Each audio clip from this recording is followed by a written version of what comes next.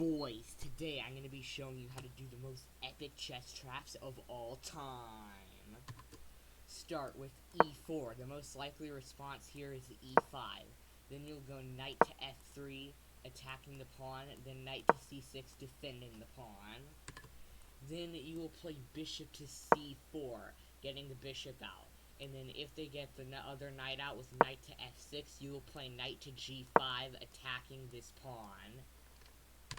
If they continue development as normal, then you will take, and then queen to e7, and then take the rook. If they instead here play d5, then you'll take, and if they take, you'll sacrifice the knight on f7. When the king takes, you'll go queen to f3 check. This fork attacks the king and the knight, so the best move is to move the king forward to protect the knight. However, if the king moves backwards to g8 to hide, then you can take the knight with either your queen or the bishop. They'll take back, and it will be checkmate in 10 moves.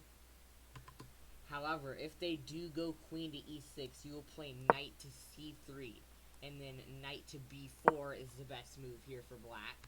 And then the best move for you is either to move back bishop to b3, or you can also just castle in this position. If you castle, then black will play c6, and then you will play d4. The point is, if they take, this rook becomes an absolute menace. And you don't even want to play rook e1 yet. Instead, go bishop to f4. Actually, that's wrong. You do want to go rook e1. And here, you'll want to actually take the knight right away with the bishop, because if they take back with the knight, now you're going to go knight takes d5, c takes d5, and nope, c takes d5, and then queen takes d5 check, and you're completely winning. Here, however, there's an interesting move they can play, knight takes e4. The point is, if you take with the knight, then they'll play d5, forking these pieces, and it's -1. And if you play knight takes f7 here, then they'll play queen h4 and have a huge attack. So, what you want to do in this position is play bishop takes f7, and then they'll have to move the king up, blocking the queen in the process, and now you're just up a pawn, and your enemy doesn't have the right to castle.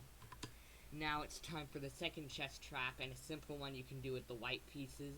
Go e4, and then e5, obviously, and now go queen to h5. If you're at a very low level, this will be, your enemy will be like, what? If they go g6 attacking your queen, then you'll take this pawn, fork the king and the rook, and you're going to be great. If they go knight to f6 attacking your queen, you're still going to take the pawn and you're going to be pretty good.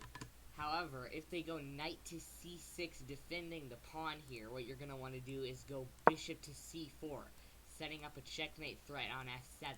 And if they now go knight to f6, threatening your queen, you'll checkmate. Oh, yeah. And now it is time for a trap with black. After e4, because it is by far the most common move, you will play e5, knight f3, knight to c6, and then bishop to c4, the Italian game. Now you will play knight to d4, and if they take this pawn, you will play queen to g5. If they take this, thinking they've forked your queen and your rook, you will play queen takes g2, and now you are completely winning. If they take your rook here, then you will give a check with queen takes h1. Bishop to f1 is the only move. Come back, queen takes e4, and if they block, it is mate in 8. However, if in this position they go rook to f1, now you'll want to go queen takes e4. If they block with bishop to e2, checkmate with knight to f3. And another trap with black, this time with d4, is the England gambit with e5. After taking, you will play knight to c6, knight to f3, and then queen to e7. Then they will play bishop to f4, and now the trap is set. You will play queen to b4 check with a triple fork on their pawn, their king, and their rook. If they don't notice the bishop and just play knight to c3, you will take, and then most likely they will play knight to d5, forking this fork and the queen. But it's still pretty good for you. If instead they go bishop to d2, now you will take this pawn on b2. Now, if the fatal mistake bishop to c3 happens, you will go bishop to b4, pinning this bishop to the king. Woo! And now, if they take the bishop, you'll take the rook. And if they go knight to d2 defending the rook, then you'll take a free bishop. And also attack the rook. Because, yeah. Also, a light just flashed in my room. Whoa!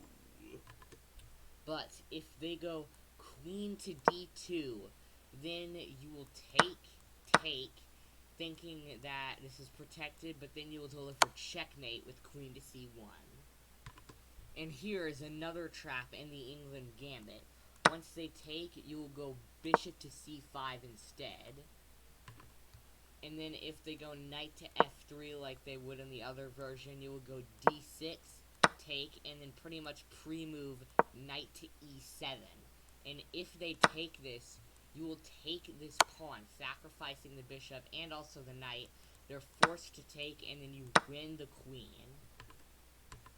And that is 5 of the most epic chess traps. Make sure to subscribe. Oh yeah.